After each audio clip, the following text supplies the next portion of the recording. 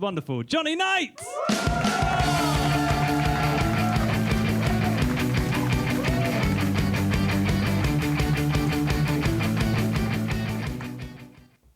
In the future, it's going to be very strange looking back on these past few months. Do you remember all those years ago when half the country absolutely lost the plot and started painting flags on literally anything? It wasn't that bad. All those football hooligans discovering a lifelong passion for art, very minimalist art. But I still can't believe that painting roundabouts really did solve all this country's problems. The media said 110,000 people descended on London the other weekend. Bit annoyed I was included in that count. It was not a good day to get lost around Vauxhall. I also bumped into two very confused-looking Japanese tourists, so at least that's down to 109,997. I started the day off in Russell Square at the Stand Up to Racism counter-protest, which kicked off ridiculously late. Why is that funny? It was really fucking boring. After about 90 minutes of standing around twiddling your thumbs, your mind starts to wonder, is this worth it? Is racism really that bad? Said the very white man to the predominantly white audience. Is racism really that bad? Because this is so much more effort than an online petition. And you might be thinking, doesn't this loser have friends to go with? Well, can I get a cheer from my friends? Nice. See, I do have friends.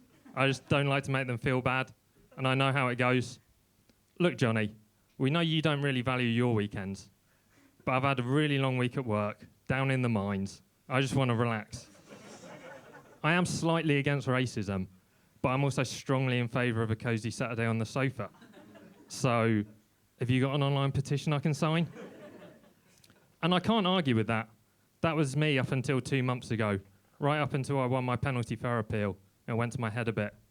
After defeating the giant of South Eastern Rail, suddenly anything seems possible. Admittedly, racism and genocide are proving slightly tougher nuts to crack. But I don't think we really need to worry about Palestine anymore. It seems Donald Trump's got that under control. Don't laugh, he's drawn a map. He worked really hard on that. So nowadays, I'm a bit of a self-righteous tit, and I'll have a quick moan.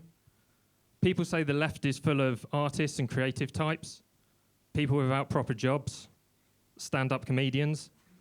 So how come we don't have 20 minutes to throw together a handmade sign? Because the sea of identical plastic ones looks shite. We're literally losing the sign war to people with the spelling and grammar skills of 5-year-olds. It's embarrassing. So that's my quick rant. Antifa was there in full force, dressed all in black, masks and hoods, yet still the least intimidating people I've ever met. They're just a bunch of nerds. I mean that in the nicest way possible. I'm a massive nerd myself, so it's okay for me to use the N-word. I genuinely love Antifa, but if these skinny kids get into a fight with your stereotypical flag enthusiast, 20-stone Steve from Stevenage, it's not going to end well.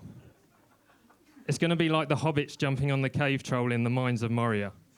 Just one flail of the arm from Steve, and they'll all go flying into the nearest police horse, just bowling over the entire Socialist Worker Party like Skittles. I'm expecting finger round the corner. That's a finger, so I will have to wrap up quick. I didn't even get onto the more flags than brain cells crowd. That sounds like an insult, but there was a fucking lot of flags. It's ironic, the biggest winner from all this patriotism is the Chinese economy. Yep, some lovers of the Chinese economy in here. And if we tear the flags down, they're just going to buy more. So what the council should do, take them down, sell them back second hand. We've invented a new form of tax. It's the fucking idiot's tax. Part of Operation Tax the Bellends. Yeah. For obvious reasons, I'm not the best person to judge how tolerant that crowd was that day, although I am an 8th Portuguese. Apparently, Portuguese sailors made my granny weak at the knees. That was 50 years ago. Nowadays, she's permanently weak at the knees, but that's more a general frailty and old age kind of thing. That weird tangent didn't feel like an ending, but it is, so deal with it. Thanks for your time. You've been great.